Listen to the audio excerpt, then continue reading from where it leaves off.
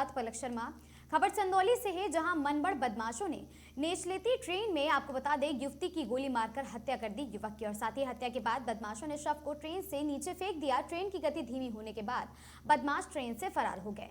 घटना से ट्रेन में सवार यात्रियों में फैली दहशत। डीडीयू जंक्शन से ताड़ी घाट जा रही थी पैसेंजर ट्रेन। ट्रेन में सफर कर रहे यात्री ने तुरंत कंट्रोल रूम को दी है सूचना। घटना की सूचना मिलते ही सीओ सहित कई थानों की फोर्स मौके पर पहुंची और युवक की अभी तक नहीं हो पाई कोई भी शिनाख्त। ट्रेन में रोजाना सफर करने वाले यात्रियों की सुरक्षा व्यवस्था पर लग रहे हैं सवालिया निशान। कुचमन स्टेशन के इब्राहिमपुर युवक के समीप गांव के समीप हुई है यह घटना, जहां पर एक युवक को गोली मार दी गई।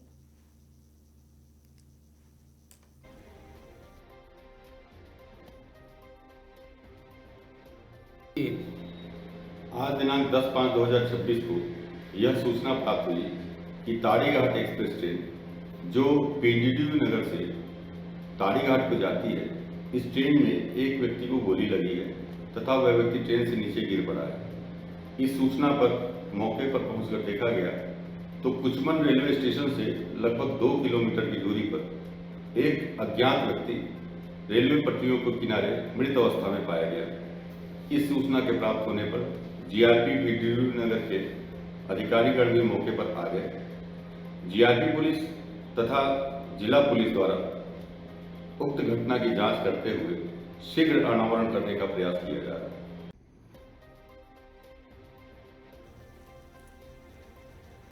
खबर औरैया से है, जहां प्रेस संगठन की महत्वपूर्ण बैठक में आज प्रदेश के कार्यालय में संपन्न हुई है और साथ ही बैठक की अध्यक्षता प्रदेश संगठन मंत्री श्री के चतुर्वेदी ने की है। बैठक के दौरान संगठन को मजबूत करने एवं पत्रकार हितों से जुड़ी कई अहम मुद्दों पर चर्चा की गई। बैठक में उपस्थित सभी पत्रकारों ने सर्वसम्मति से श्री मंजुल पांडे को औरैया जनपद का जिला अध्यक्ष मनोनीत किया है।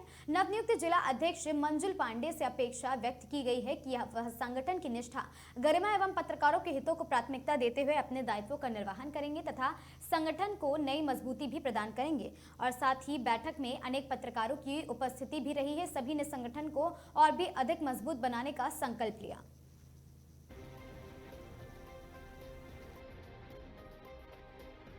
मंजुल जी नमस्कार, आपका बहुत बहुत स्वागत है। आज आपको आयरा प्रेस क्लब औरैया जनपद का जिला अध्यक्ष बनाया गया है, आप क्या कहना चाहेंगे इस विषय पर? आयरा संगठन का बहुत बहुत धन्यवाद। आयरा संगठन के राष्ट्रीय अध्यक्ष मोहम्मद तारिक जी, राष्ट्रीय उपाध्यक्ष अंजलि वाजपेयी जी, प्रदेश संगठन मंत्री के चतुर्वेदी जी के नेतृत्व में मुझे जिलाध्यक्ष नियुक्त किया गया है। जो दायित्व मुझे आयरा संगठन ने भेजा है वह दायित्व मैं पूर्णतः ईमानदारी से निभाऊंगा और हर समय पत्रकारों के हित की बात करूंगा।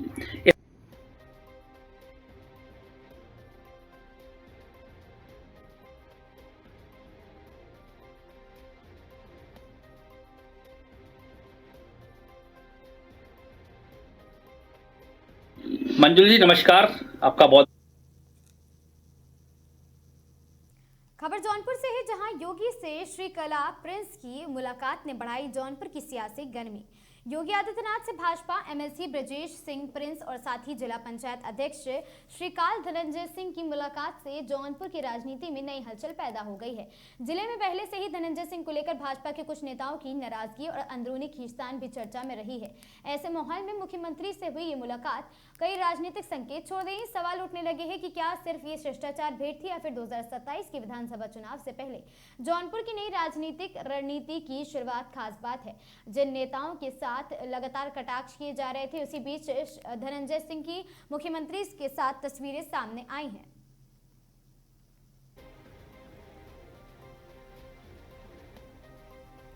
खबर कानपुर नगर से है, जहां एसएसआई धर्मेंद्र कुमार के नेतृत्व में भारी पुलिस बल ने संदिग्ध व्यक्तियों व गतिविधियों पर रखी है नजर।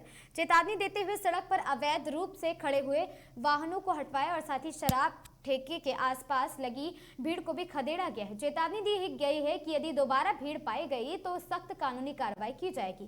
पैदल गश्त के दौरान एसएसआई धर्मेंद्र कुमार ने आम जनता से संवाद कर उनकी परेशानियों को भी जानने की कोशिश की। थाना प्रभारी धनंजय कुमार पांडे के निर्देशन में फजलगंज पुलिस थाना क्षेत्र में कानून व्यवस्था बनाए रखने के लिए संकल्पबद्ध है।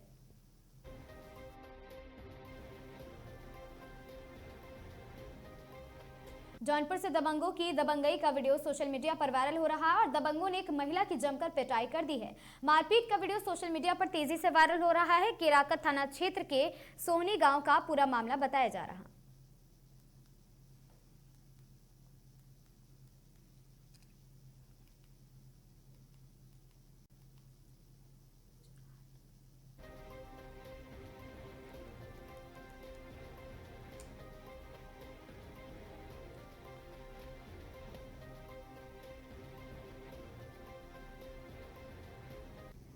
खजुराहट के होटल में देह व्यापार का भंडाफोड़, 8 युवक युवतियां हिरासत में। मछली शहर कस्बे के इलाहाबाद रोड स्थित खजुराहट गांव होटल आयुष में रविवार को पुलिस और प्रशासन की संयुक्त टीम ने बड़ी कार्रवाई करते हुए एक होटल में चल रहे कथित अवैध देह व्यापार का भंडाफोड़ किया है। नायब तहसीलदार विवेक श्रीवास्तव की मौजूदगी में हुई छापेमारी के दौरान होटल से 10 युवक युवतियों को हिरासत में लिया गया है।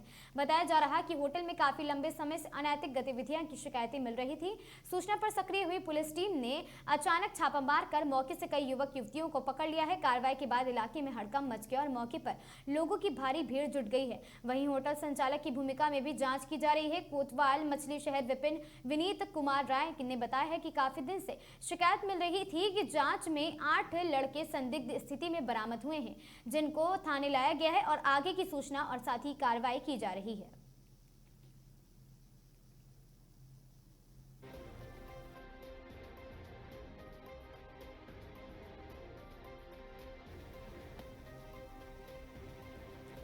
खबर अमरोहा से है, जहां हिंदी पत्रकारिता दिवस के अवसर पर आगामी 30 मई को अमरोहा प्रेस क्लब और द्वारा एक भव्य कार्यक्रम का आयोजन किया जाएगा। रविवार को नगर पालिका परिषद मार्केट स्थित कार्यालय पर आयोजित बैठक में पत्रकारों ने इस दिवस को पूरी गरिमा और भव्यता के साथ मनाने का निर्णय लिया।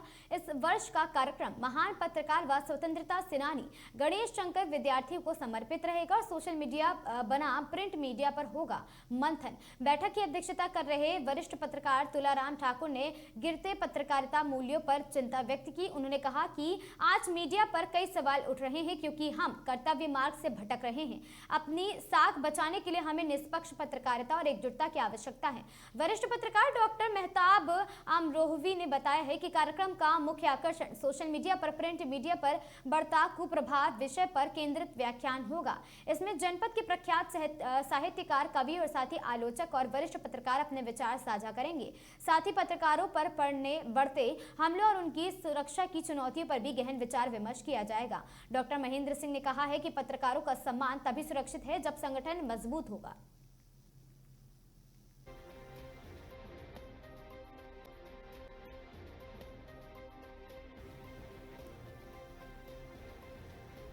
थाना पिहानी पुलिस को बड़ी सफलता हाथ लगी है। मुकदमा प्राप्त संख्या 235/26 धारा 303/331 4 BNS के संबंधित चोरी की घटना का खुलासा करते हुए पुलिस ने 2 शातिर चोरों को मुठभेड़ के दौरान गिरफ्तार किया। गिरफ्तार अभियुक्तों के कब्जे से चोरी के आभूषण और साथ ही घटना में प्रयुक्त बिना नंबर की मोटरसाइकिल, अवैध तमंचे व कारतूस बरामद हुए हैं। प्राप्त जानकारी के अनुसार ग्राम गौखरिक निवासी दीपक सिंह पुत्र महेश सिंह ने थाना पिहानी में तहरीर देकर बताया था कि 8 से 9 मई 2026 की रात अज्ञात चोरों द्वारा उनके घर से आभूषण व 20,000 रुपए चोरी कर लिए गए थे। वहीं पड़ोसी सतीश सिंह ने बंद मकान का दरवाजा तोड़कर अलमारी व बक्से में रखा सामान चोरी कर लिया गया था तथा धर्मपाल सिंह के घर से भी पीछे की दीवार तोड़कर आभूषण व 97,000 रुपए नकदी पार कर ली गई थी। और पुलिस अधीक्षक हरदोई के निर्देशन में गठित टीम द्वारा लगातार CCTV फुटेज, सर्विलांस और पूछताछ के माध्यम से आरोपियों की तलाश में सभी जुट गए थे।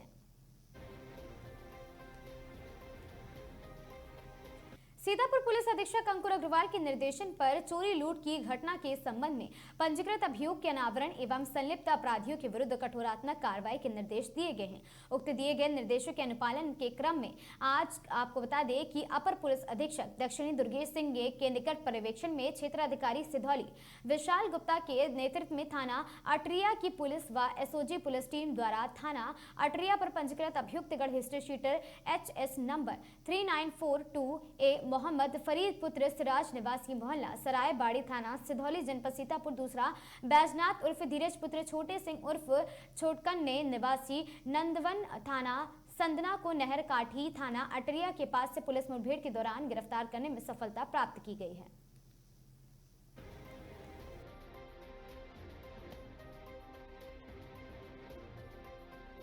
आज दिनांक 11/5/2026 को मुखबिर द्वारा प्राप्त सूचना के आधार पे स्वाट और अटरिया थाने की पुलिस द्वारा चेकिंग अभियान चलाया गया था, जिसमें चेकिंग अभियान के दौरान पुलिस मुठभेड़ में 2 अपराधी मुठभेड़ के दौरान जो कि थाना अटरिया से वांछित थे और पूर्व से इनामिया थे, उनको गिरफ्तार किया गया है। उनके कब्जे से 1 अदद मोटरसाइकिल जो बिना नंबर प्लेट की थी, 2 अदद तमंचा, खोखा कारतूस और जिंदा कारतूस बरामद हुए हैं। साथ ही उनके कब्जे से चोरी का सोने और चांदी का सामान भी बरामद हुआ है। साथ ही ये भी अवगत कराना है कि इनके नाम क्रमशः फरीद पुत्र रियाज और बैजनाथ पुत्र छोटे हैं। ये इनके पूर्व से ही कई अभियोग पंजीकृत है जिसमें चोरी और लूट के हैं, जिनमें आवश्यक विधिक कार्रवाई की जा रही है।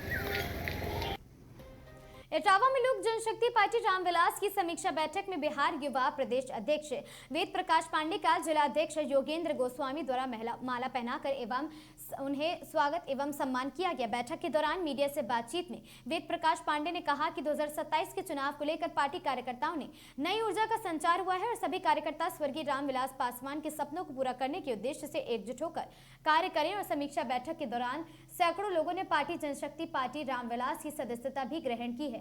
सदस्यता लेने वालों में हरि सिंह यादव और साथ ही विनीत कुमार यादव, दलबीर यादव, राम किशोर प्रजापति, अरुण कुमार और साथ ही जनदेव कुमार यादव, ब्रह्मशंकर तिवारी और निर्मल चंद्र राजपूत सहित कई कार्यकर्ता शामिल रहे।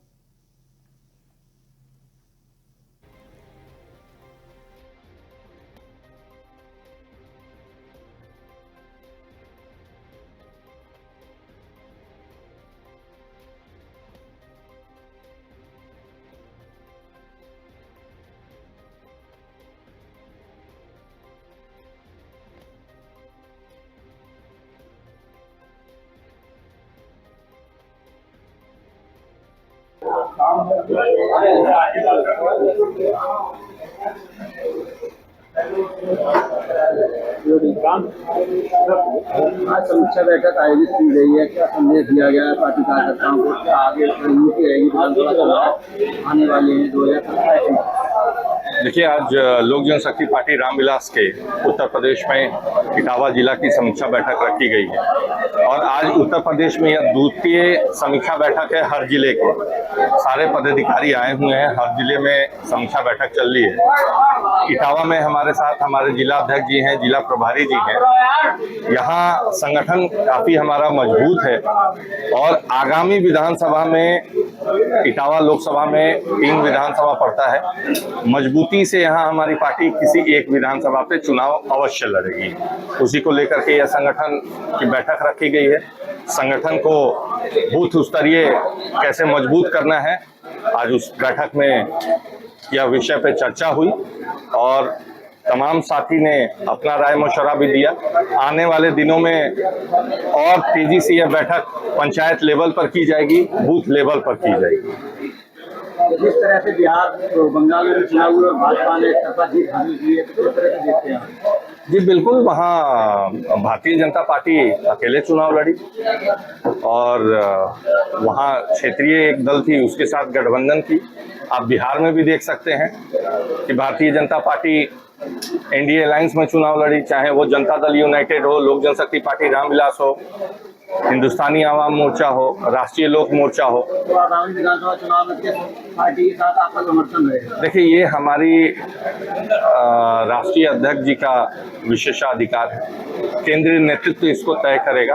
अभी जो हम लोगों के राष्ट्रीय अध्यक्ष जी ने हमारे उत्तर प्रदेश के प्रभारी माननीय सांसद अरुण भारती ने जो निर्देश दिया है, आज हम लोग उसी को पूर्ण करने आए हैं और समीक्षा बैठक कर रहे हैं। 2027 के चुनाव में आपकी प्रदेश में कितनी सीटें? जी देखिए, 2027 में हम मजबूती से यहाँ चुनाव लड़ेंगे, लेकिन कितने सीटों पे लड़ेंगे, किस गठबंधन पे लड़ेंगे, किस गठबंधन में नहीं लड़ेंगे, इसका पूरा फैसला हमारा केंद्रीय नेतृत्व करेगा। हमारे राष्ट्रीय अध्यक्ष आदरणीय चिराग पासवान जी करेंगे।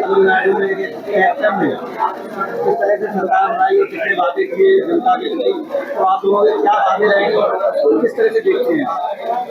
देखिए, मुझे बिहार और उत्तर प्रदेश में ऐसा नहीं लगता है कि कोई एक्टर यहाँ सरकार बना लेगा, क्योंकि यहाँ की जनता सब कुछ जानती है और चुनाव के पहले जिसको कहते हैं कि रेवड़िया बांटना, अभी आज वो शपथ लिए हैं, उनको बहुत बधाई है।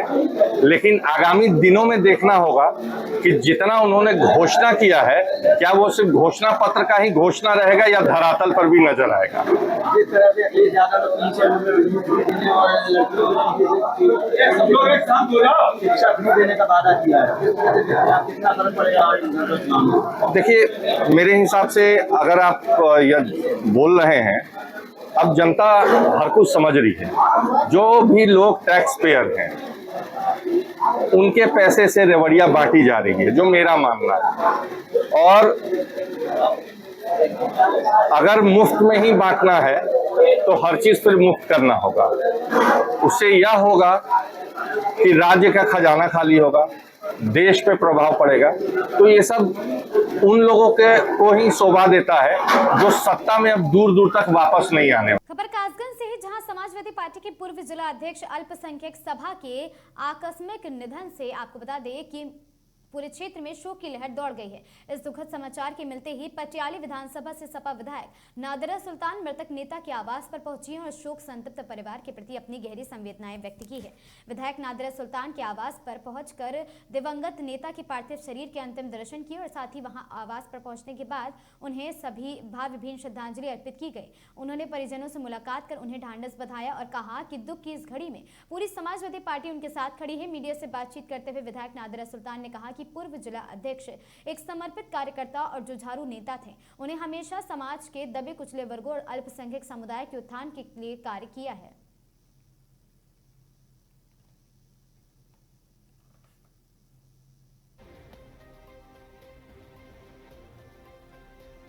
खबर सीतापुर से है, जहां पुलिस मुठभेड़ में 2 इनामिया बदमाश गिरफ्तार। दोनों बदमाश मोहम्मद फरीद बैजनाथ के पैर में लगी है पुलिस की गोली और आईजी रेंज ने घोषित किया 50-50 हजार का इनाम। बदमाशों के कब्जे से करीब 7 लाख के जेवर बरामद। एसओजी और अटरिया पुलिस की टीम ने नहरकोटी के पास हुई मुठभेड़।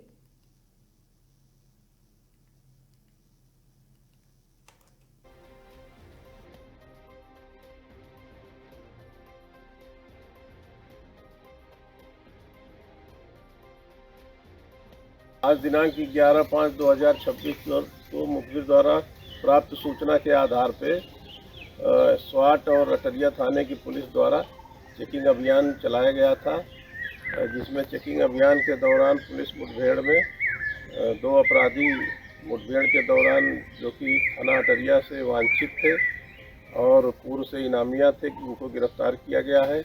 उनके कब्जे से 1 अदद मोटरसाइकिल जो बिना नंबर प्लेट की थी, 2 अदद तमंचा, खोखा कारतूस और जिंदा कारतूस बरामद हुए हैं।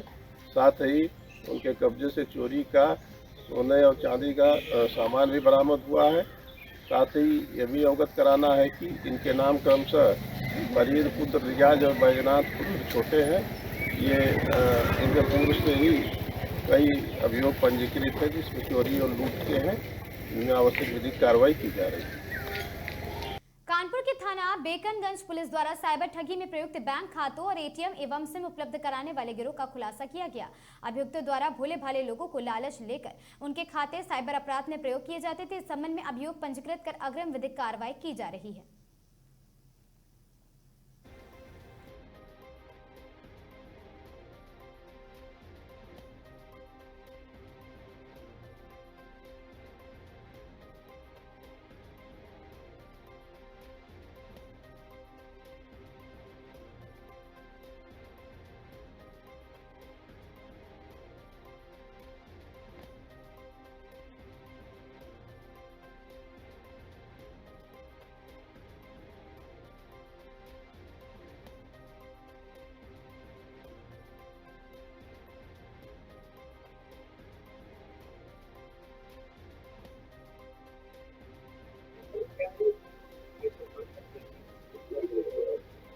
अनवरगंज साइबर हेल्प डेस्क की एक सूचना प्राप्त हुई थी कि एक व्यक्ति है जावेद, जो कर्नलगंज का रहने वाला है। वो क्षेत्र के लोगों को और लोगों से के साथ मिलकर खाते खुलवाता है और खाता खुलवाने के बाद उनका पासबुक, अकाउंट, एटीएम और सिम जिसके से खाता खुलवाया जाता है वो खुद ले लेता है। उस पर जब छानबीन की गई तो जावेद और उसके साथ साथ 5 अन्य लोगों को भी अरेस्ट किया गया, जिनके द्वारा जो भी प्रारंभिक जानकारी मिली है कि उन लोगों ने लगभग 25 अन्य लोगों के खाते खुलवाए थे और उनका पासबुक, ATM, सिम खुद प्राप्त करके अपने पास अपने कब्जे में रखा हुआ था। अकाउंट में कितना अमाउंट का लेन देन हुआ है इसकी जानकारी, क्योंकि बैंक शनिवार इतवार होने की वजह से बैंक बंद थे, इसलिए अकाउंट में लेन देन की जानकारी प्राप्त नहीं हो पाई है। जो प्रारंभिक जानकारी मिली है उसमें लगभग 25 लोगों की जानकारी मिली है जिनके इन्होंने खाते खुलवा के और उनके डिटेल्स अपने पास रखे हुए थे। और जो प्रारंभिक जानकारी के अनुसार लगभग 4 बैंकों में इन्होंने खाते खुलवाए हैं। 25 खाते 4 बैंकों में खुलवाए हैं, जिसमें बैंक ऑफ बड़ौदा है, पंजाब नेशनल बैंक है, बैंक ऑफ इंडिया है, बैंक ऑफ महाराष्ट्र है। उनको पैसे का प्रलोभन देते थे, उनको कहते थे कि खाता खुलवाएंगे और क्योंकि ऑनलाइन गेमिंग और ये सब हम लोग करते हैं, उसके पैसे आपके अकाउंट में आएंगे और उसके बदले में आपको 1000 रुपया 2000 रुपये आपको मिलेगा। और जावेद को एक अकाउंट खुलवाने के एवज में लगभग 7000 रुपये प्राप्त होते थे। तो डिटेल तो क्योंकि बैंक बंद है तो अब ये तो कहाँ से पैसे आए हैं बैंकों को उस अकाउंट को चेक करने के बाद ही बताया जा सकेगा, क्योंकि बैंक बंद थे इसलिए इसमें अभी जानकारी प्राप्त नहीं हो पाई है।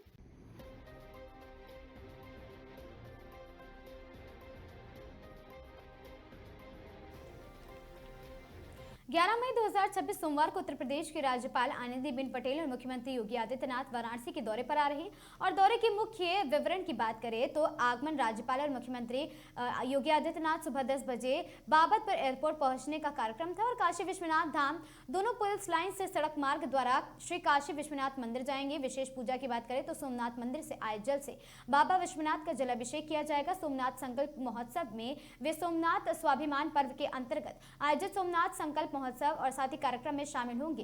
ये कार्यक्रम श्री काशी विश्वनाथ मंदिर परिसर के त्रयंबकेश्वर और साथ ही बहुउद्देशीय हॉल में सुबह 10 बजे से आयोजित होने वाला था।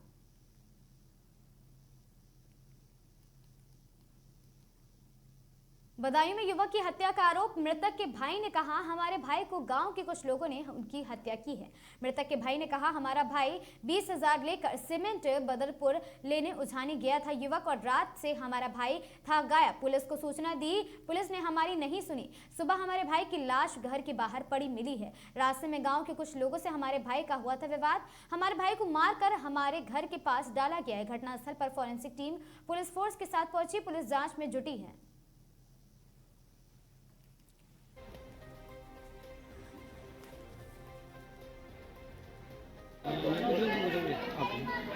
क्या नाम है आपका? मेरा नाम अमन है। अमरपाल नरो। क्या हुआ है ये आपके भाई के साथ? ये गया तो सुबह 10 बजे करीब यहाँ पैसे लेके भेजा हमने। कल रविवार को?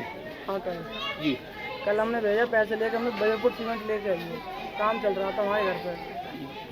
हाँ तो ये रास्ते में इसके पैसे छीने, बैग की इसकी चाबी भी छीनी है। हाँ। किसने छीनी? ठाकुर के लड़के थे। नाम क्या है? जजवेंद्र है, अमर है, आनंद है, लवी है। फिर क्या हुआ? फिर हमने तहजीब दी, फिर वो पुलिस से आई, उन्होंने कोई चीज़ नहीं किया, कोई एक्शन नहीं उठाया पुलिस वालों ने। फिर क्या हुआ? फिर क्या वो हमसे ये कहता है कि आना कल हम आपकी तहजीब दिलवाएंगे। आपने पुलिस को कब तहरीर दी? हमने कल दी 10 बजे करीब। तो अब क्या हुआ? कैसे पता चली आपको भैया को?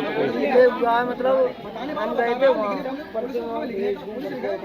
हाईवे पे गए थे 10 बजे करीब रात में जी। रात में जाने के बाद वहाँ पुलिया पटनों का था, तो वहाँ से ये हम सब लोग चले आइए, वहाँ से गायब है रात में और मारपीट करके यहाँ डाल दी गला घोट के। आप लोग कब मालूम पड़ी? हमको सुबह मालूम पड़ी थी, सुबह 5:30 बजे। आपने पुलिस को सूचना दी थी? हमने 112 को कॉल की है सुबह।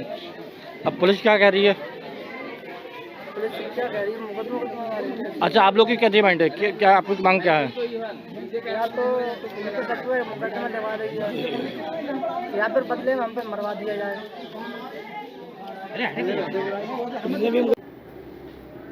आज दिनांक 11/5/2026 को प्रातः 6 बजे ग्राम नरो थाना उझानी से एक सूचना प्राप्त हुई कि एक लड़का जिसका नाम अमन, पिता का नाम पिंटू, जातिका जाटव जिसकी मृत्यु हो गई है। सूचना प्राप्त होते ही मेरे द्वारा थाना प्रभारी उझानी सीओ उझानी को मौके पर भेजा गया। कुछ देर के बाद मैं भी मौके पर पहुंचा। वहां जाने पर एक लड़का अमन जिसकी उम्र 18 वर्ष है खाट पर लेटा हुआ मिला, जिसके गले पर रगड़ के निशान थे। परिजन आरोप लगा रहे थे कि गांव के कुछ लड़कों से विवाद था, जिन्होंने मारकर इन्हें फेंक दिया।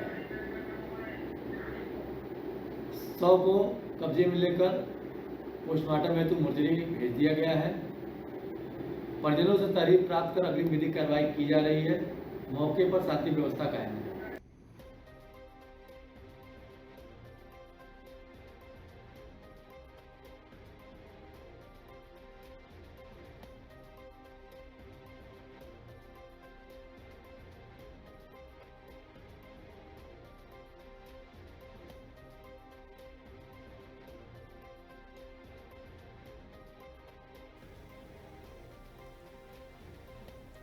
वाराणसी राज्यपाल आनंदीबेन पटेल और साथ ही सीएम योगी आदित्यनाथ पहुंचे वाराणसी पुलिस लाइन में पहुंचेंगे बाबा विश्वनाथ धाम और विश्वनाथ मंदिर में आयोजित सोमनाथ स्वाभिमान पर्व के आध्यात्मिक कार्यक्रम में भाग लेंगे और साथ ही सांस्कृतिक विभाग और जिला प्रशासन ने आयोजित किया है। और साथ ही कार्यक्रम आपको बता दें, ओम मंत्रोच्चारण और शिव तांडव, शिव विवाह, नृत्य, नाटिका समेत 5 आध्यात्मिक प्रस्तुत करे जाएंगे अवलोकन। दोपहर 12:30 बजे वाराणसी हो जाएंगे रवाना।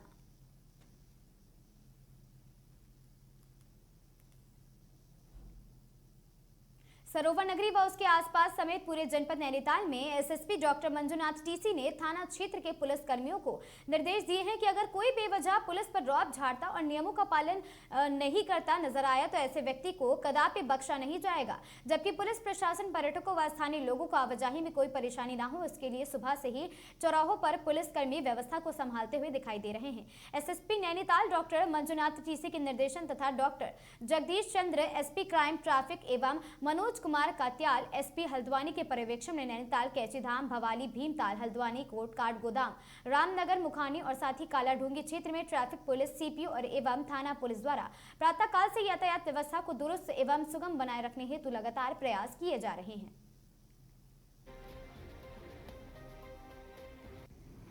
पुलिस ने रायवाला क्षेत्र में हुई एक चोरी की एक घटना का खुलासा करते हुए पुलिस ने मामले में आरोपियों को गिरफ्तार किया है। उनके कब्जे से चोरी की गई स्कूटी और अन्य सामान बरामद किए हैं। रायवाला थाना प्रभारी प्रशिक्षु आईपीएस प्रयुक्त प्रियव्रत जोशी ने बताया है कि रायवाला निवासी श्याम अवध ने कोतवाली में शिकायत दर्ज कराई थी। अज्ञात चोरों ने उनके घर खेरी खुर्द के ताले तोड़कर एक स्कूटी, नकदी और अन्य कीमती सामान चोरी कर लिए हैं और तहरीर के आधार पर पुलिस ने मुकदमा दर्ज कर जांच शुरू कर दी है। पुलिस टीम ने घटनास्थल के आसपास की सीसीटीवी फुटेज खंगाले और मुखबिर तंत्र को सक्रिय किया है। 7 मई को चेकिंग के दौरान पुलिस टीम ने नेपाली फॉर्म के पास से 2 संदिग्धों को घेराबंदी कर दबोच लिया है। तलाशी लेने पर उनके पास से चोरी की गई स्कूटी और अन्य सामान भी बरामद हुआ है। पुलिस के अनुसार ब्रजेंद्र का पुराना आपराधिक इतिहास भी रहा है और वह पहले भी कई मामलों में जेल जा चुका है। पुलिस प्रशासन ने टीम की त्वरित कार्रवाई की सराहना की है। रुड़की के मंगलौर वाल्मीकि बस्ती में स्वैच्छिक रक्तदान शिविर का आयोजन किया गया, जिसमें युवाओं ने बढ़ चढ़कर भाग लिया है। आपको बता दें, मंगलौर झबरेड़ा विधानसभा वाल्मीकि बस्ती में मजदूर दिवस के उपलक्ष्य में एक स्वैच्छिक रक्तदान शिविर का आयोजन किया गया। पी बाउंसर टीम एवं अखिल भारतीय सफाई मजदूर संघ शाखा की ओर से किया गया, जिसमें युवाओं ने बढ़ चढ़कर हिस्सा लिया और भारी संख्या में रक्तदान किया है और कहा कि रक्तदान महादान है। दुनिया में रक्तदान से बड़ा कोई भी दान नहीं है जिसमें सभी का जीवन बचाया जा सकता है। और वहीं एसपी बाउंसर टीम से लाखन वाल्मीकि ने कहा कि आज के समय में रक्तदान सबसे ज्यादा जरूरी है, जिसको देखकर किसी का भी जीवन बचाया जा सकता है। और साथ ही वहीं साथ में पहुंचे मंगलौर नगर पालिका अध्यक्ष मोहिद्दीन अंसारी ने बताया है कि इस तरह के कार्यक्रम में युवाओं को बढ़ चढ़कर भाग लेने का चाहिए, क्योंकि रक्तदान सबसे बड़ा महादान माना जाता है।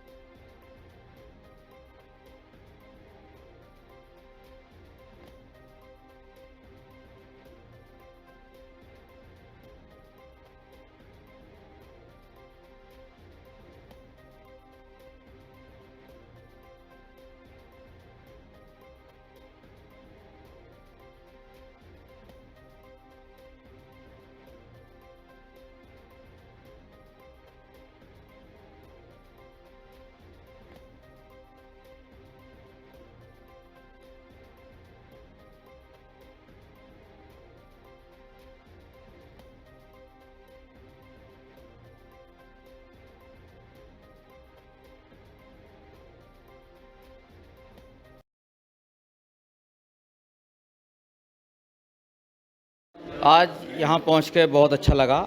हमारे मंगलौर की वाल्मीकि बस्ती में हमारे अखिल भारतीय मजदूर सफाई संघ की तरफ से और एसपी बाउंसर की तरफ से ये रक्तदान शिविर लगाया गया है। इसके लिए ये लोग बधाई के पात्र हैं और रक्तदान महादान ये नारा है और ये बहुत ही अच्छा आज इन्होंने काम किया है, इसके लिए बधाई के पात्र हैं। रक्तदान के शिविर लगते रहने चाहिए, रक्तदान करना ज़रूरी है। किसी की जान बचाई जा सके रक्तदान से, इससे अच्छा कोई भी सामाजिक कार्य नहीं हो सकता। मैं फिर दोबारा अपने एसपी बाउंसर टीम को और अखिल भारतीय मजदूर संघ को और अपने जो भी नगर पालिका से कर्मचारी जुड़े हुए हैं उनको शुभकामनाएं देता हूं, उनको बधाई देता हूं। धन्यवाद। युवाओं के लिए यह है, युवा सबसे मैं युवाओं से अपील करना चाहता हूं कि युवा नशे से दूर रहें और सामाजिक कार्यों में बढ़ चढ़कर हिस्सा लें, खान पीन पर ध्यान दें। बस फिर मैं एक बार और कहना चाहता हूं, नशे की लत से दूर रहें और दूसरों को भी नशे की लत से दूर रखें। ये एक सामाजिक बुराई है, इसको दूर करने में सभी युवाओं को आगे आना चाहिए, सभी युवाओं को भागीदारी करनी चाहिए। आप सभी का बहुत बहुत धन्यवाद पत्रकार महोदय। मैं लखन सिंह वाल्मीकन, एसपी बाउंसर, अखिल भारतीय सफाई मजदूर संघ मंगलौर से आज एक कैंप का आयोजन किया है रक्तदान के माध्यम से। तो सभी युवाओं को एक प्रेरणा लेनी चाहिए, रक्तदान अवश्य करना चाहिए और फिट रहना चाहिए, अपनी सेहत पे ध्यान देना चाहिए। रक्तदान करने के काफ़ी फ़ायदे हैं, जैसे कि बीमारी से बचा जाता है और किसी का रक्त मोटा हेमोग्लोबिन बढ़ा हुआ हो, उन सब से मुक्ति मिलती है, शरीर स्वस्थ रहता है। मैं सभी युवाओं से अपील करना चाहता हूँ कि नशे से दूर रहें, नशा छोड़ें, नशा मुक्त अभियान चलाएं अपने क्षेत्र में और ब्लड डोनेट करते रहना चाहिए। ये शरीर के लिए बहुत ही आवश्यकता है और सभी लोगों से मैं फिर से पुनः निवेदन करना चाहता हूँ, रक्तदान में ज़्यादा से ज़्यादा संख्या में भाग लें।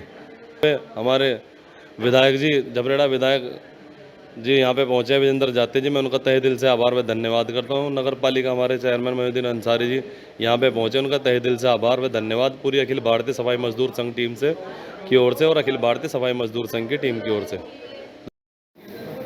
आज हम लोग हमारे सम्मानित चेयरमैन मंगलौर मोहिउद्दीन अंसारी जी खालसा वाल्मीकि बस्ती पहुँचे हैं। यहाँ हमारे साथियों द्वारा एसपी बाउंसर की जो टीम है, भाई लाखन जी और तमाम साथी यहाँ पर हैं, इनके द्वारा स्वैच्छिक रक्तदान शिविर का आयोजन किया गया है, जो कि अपने आप में बहुत ही अच्छी पहल है।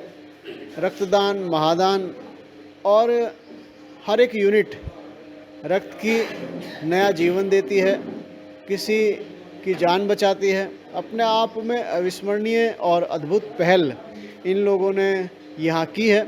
इसी पहल को बल देने के लिए, इनका हौसला बढ़ाने के लिए मैं, हमारे साथी और हमारे चेयरमैन साहब यहाँ पर पहुँचे हैं, ताकि ऐसे कार्यक्रमों को हम प्रमोट कर सकें, ऐसे कार्यक्रमों को हम हौसला बढ़ा सकें और रक्तदान के माध्यम से लोगों की जान को बचा सकें।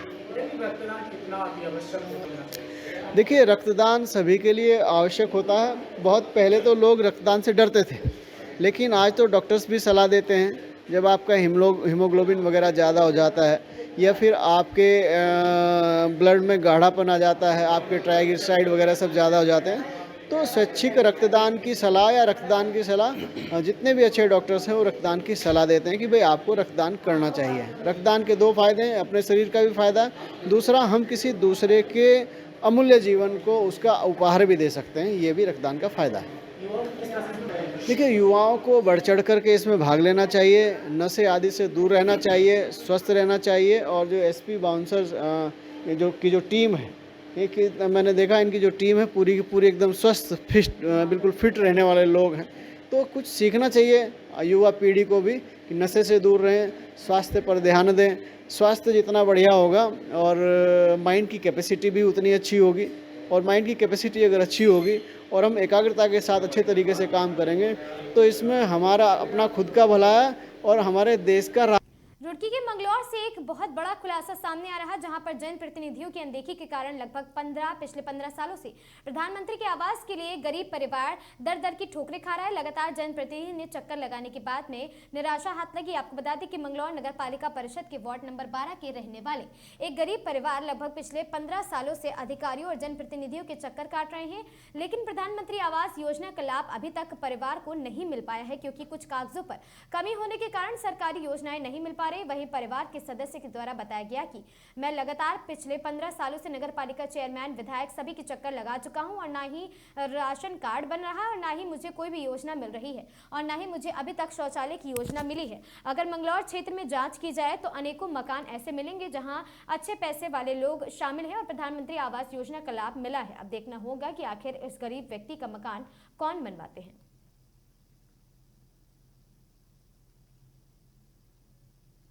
उन तक तो लाभ नहीं पहुंच पा रहा। एक मेन समस्या क्या हो रही थी, पिछली बार रसीद पे मकान पास होता था, उसका मैंने ऑनलाइन करा दिया था।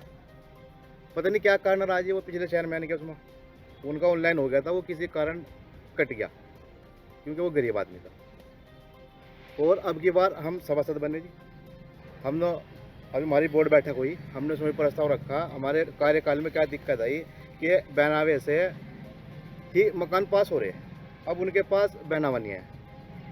बैनावा कारण ये है, मैं उनका गिफ्ट भी कराने की कोशिश करी, लेकिन जो उनकी सास और ससुर है उनके नाम वो रसीद है, उनका गिफ्ट भी नहीं हो पा रहा। उनकी मेन समस्या ये है, गिफ्ट किस वजह से, जो सास है और ससुर है उनके हो गए एक्सपायर, तो गिफ्ट कौन करेगा, गिफ्ट वही करते ना। दिन निकला था, मैंने अपना प्रस्ताव रखा है, मेरे पास एक कॉपी भी है, मैं आपको वो भी दिखा दूंगा। हमारे यहाँ क्या समस्या हो रही है, जो गरीब आदमी उस तक तो लाभ नहीं पहुँच पा रहा, और जो लोग मकान प्लॉट ले लेंगे, अब वो अपना बैनावा लगा देंगे, उनके पास तो बैनावा प्लॉट का। गरीब आदमी का हमारे मेरे वार्ड में करीबन 10 मकान होंगे ऐसे ही जो इस चीज़ के हकदार है और उन्हें नहीं मिल पा रहा। क्या वजह है? उन्होंने ध्यान नहीं दिया, जिन्होंने तो अपना आदमी पर ध्यान दिया, गरीब आदमी को ध्यान नहीं दिया। कहीं ना चल रहा है, कहीं ना कहीं ये भी समस्या नहीं, देखो हमारे पास तो कोई काम लेकर आते हैं, हम कोई विपक्ष या वो नहीं करते, हमें तो सबने वोट दिया, सबने जिताया, हमारे पास तो कोई भाई आ जाए हम उसके लिए तैयार हैं। नहीं, आपने उनके टाइम कार्यकाल के बने हुए, तुम जो ऊपर छत पे दोबारा बना ले, उसके ऊपर फोड़ के, लेकिन जो उनको नहीं मिला जी, उनको नहीं मिला, मतलब परवेज बन मिल गया जी। मैं दिखा दूंगा उनको, लिखा हुआ तो कई मकान 2 मंजिले है, उनके 2 मंजिले पर लिखा हुआ, लेकिन देखो जो हकदार है उसका से मिलना चाहिए जी। हमारा भी प्रयास है भाई, और आप भी अधिकारी के संज्ञान में डाल रहे इस चीज़ को कि जो इस चीज़ का हकदार है उसे मिलना चाहिए। अभी तक नहीं जी, मिली नहीं, 20 साल हो गए हमें इसी तरह परेशानी भरते भरते। आंधी तूफान आया, बच्चे हमारे भीग गए, भाग गए, गाँव वालों ने मदद भी करी, उठाने की हमें कोशिश करी, चदरे पदरे हमारी उड़ के बाहर जाली, हमने कागज़ बहुत भरे, नगर पालिका में भी दिए, हमारे वहाँ पास नहीं हुए, हमने फ़ोटो भी खिंचवाए और कई दफ़ा हमने मदद चेयरमैन की भी करी, उनसे भी कुछ सहमत करी, पर पता नहीं भाई आगे गए या नहीं गए, हमें कुछ मालूम चला। हम कभी ऐसा है जी, तो उन्होंने क्या बोला? उन्होंने कहा था भाई हो जाएंगे हो जाएंगे हो जाएंगे, बस जब भी जमाते हमें लारे लगा देते और हमें कुछ बतावे नहीं थे ढंग की बात वे, और बस ऐसी टाम टोले लिख रो जाते। नहीं जी, हमारे पास ना गैस चूल्हा है ना कुछ है, जो सरकारी मिला नहीं कुछ नहीं है। हमने देखो चेयरमैन को भी और MLA को भी सबको और देते हैं, हम सारा काम हमारा सब, और रसीद भी कटवाते हैं हम, नूनी है रसीद नहीं कटवाते। अब बिजली भी हमने अब आके ली, और हमारे पास बिजली भी नहीं है, 1 साल से बिजली ली हमने, 1 साल भी नहीं हुआ अभी पूरा। अब नो है भाई, देखो हमारे मकान की डोब भर रहे, बस ज़्यादा बिना तो हमें मकान तो मिल ही जा, देखो, और राशन कार्ड की हमें परेशानी हो रही। अब छोटे छोटे बच्चे, मजदूर आदमी हमारा देखो कहाँ से कर लगा, तकलीफ में रहे। अब जो भी नहीं, जो कबाड़ी का काम करो तब ये भी नहीं, ब्याह शादी में बर्तन भांडे धोते बेचारे, पर बस नूह अपने बच्चों का पेट पाल रहा है। कितने बच्चे हैं आपके? 3 लड़के, छोटे है, 11 साल का, एक 12 साल का। तो घर का बस भाई जितना कर रहे इतने ही खा रहे, बस नूह है, देखो सब भगवान भरोसे चल रहा है जी। नहीं हमारे पे कुछ नहीं है, बस एक रसीद कटवाते हैं हम हर साल, दूसरे साल। अब हमारे सास ससुर को 2 साल हो गए, हर साल कटवाते नहीं। हमारा तो अपना ही घर है, नो तो वहाँ अपनी झोपड़ी में पड़े भाई, क्या करो, गुजारा कर रहे। अच्छा हमारा 20 साल हो गए जी पूरे, कोई योजना नहीं मिली हमें सरकार से, और हम कागज़ जमा करे वही कचरे में मिले हमें। एक फेरी हमारे ऑनलाइन भी हो गए थे, और जब से हम मुसीबत ही भर रहे जी, जो पहले किसी ने भी ध्यान नहीं दिया जी। आप लोगों ने किसी को कहा? कई को कहा, हमने कागज भी दिए 4-5 फेरी, वापसी आ गए, कचरे में मिले हमें कागज। हमने सारे खींच के ले गए थे, किसी ने कोई जवाब नहीं दिया जी। तो 20-25 साल से आप इसी हालात में रह रहे जी। आपका काम क्या करते हैं? मैं कबाड़िया काम करूँ जी। उन्होंने कोशिश नहीं करी जी, कागज दिए मैंने, उन्होंने कोई कोशिश नहीं करी मेरी, ना मेरा मकान बना, ना फिर मैं परेशान हो गया, फिर मैं थक के अपने घर ही आ गया था। इसमें क्या जनप्रतिनिधि कोई आगे देखता ही नहीं? किसी ने कुछ नहीं देखा जी आगे, बस। सरकार मिल नहीं रहा? बिल्कुल भी नहीं मिल रहा जी मुझे, तो राशन कार्ड भी नहीं है जी, जो तरफ से कुछ नहीं बना जी। मतलब आपको अब तक मुझे कोई सुविधा नहीं मिली सरकारी लाभ की। हाँ जी, मेरा घर बनवा दो और बस अपना कारोबार सही हो जाए। फिलहाल तो बड़ छोटा भाई है मेरे, वही हेल्प कर रहे बेचारे। मैंने कह रहा कभी मेरी वो करे भाई बुरी है, मैं तो छोटा भाई है मेरा, मैं तो भाई की तरह मानू उन्हें। कह रहे जी कहने लगा अब तुम्हारा बना के दूंगा, बिल्कुल मदद की उन्होंने। हाँ। रामनगर में नियमों का उल्लंघन कर सड़कों पर हूटर बजाना कुछ लोगों को भारी पड़ा है। दरअसल शिवसेना का स्टिकर लगाकर कार में अवैध तरीके से हूटर का इस्तेमाल किया जा रहा, जिस पर रामनगर पुलिस ने तुरंत कार्रवाई करते हुए मौके पर वाहन चालान कर दिया है। पुलिस जांच के दौरान वाहन चालक के पास चालान की धनराशि मौजूद नहीं थी। इसी बीच शिवसेना से जुड़ी कपिल बर्स्टीट और साथी आगे आए, उन्होंने चालान की पूरी रकम अपने पास जमा कर ली। फिलहाल रामनगर पुलिस लगातार यातायात नियमों का पालन कराने में जुटी है।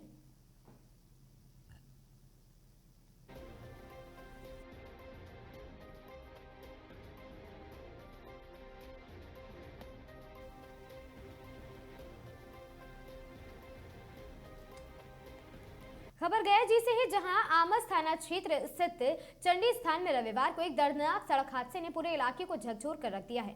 बीमार पत्नी के लिए जूस लेकर अस्पताल लौट रहे पति कामेश्वर दास को तेज रफ्तार पिकअप वाहन ने कुचल दिया है, जिससे उसकी मौके पर ही मौत हो गई। हादसे के बाद गुस्साए ग्रामीणों और परिजनों ने NH-19 को जाम कर जमकर हंगामा किया। करीब आधे घंटे तक हाईवे पर यातायात पूरी तरह बाधित रहा। मृतक की पहचान रोशनगंज थाना क्षेत्र के चांदपुर गांव निवासी 45 वर्षीय कामेश्वर दास के रूप में बताई जा रही है। जानकारी के अनुसार रविवार की सुबह करीब 9 बजे कामेश्वर दास अस्पताल से निकलकर NH-19 किनारे स्थित दुकान से पत्नी के लिए जूस लेने गए थे और साथ ही प्रत्यक्षदर्शियों ने बताया है कि वाहन की रफ्तार काफी तेज थी। चालक नियंत्रण खो बैठा और सीधे कामेश्वर दास को रौंदते हुए आगे बढ़ गया।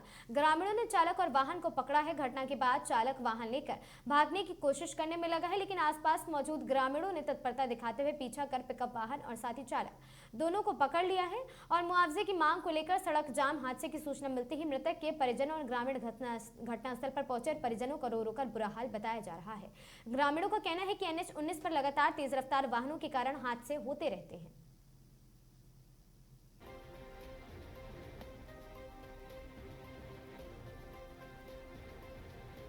इन खबरों में आज के लिए बस इतना ही। ऐसी खबरों से लगातार जुड़े रहने के लिए बने रहें हमारे साथ और देखते रहें आगाज टाइम्स।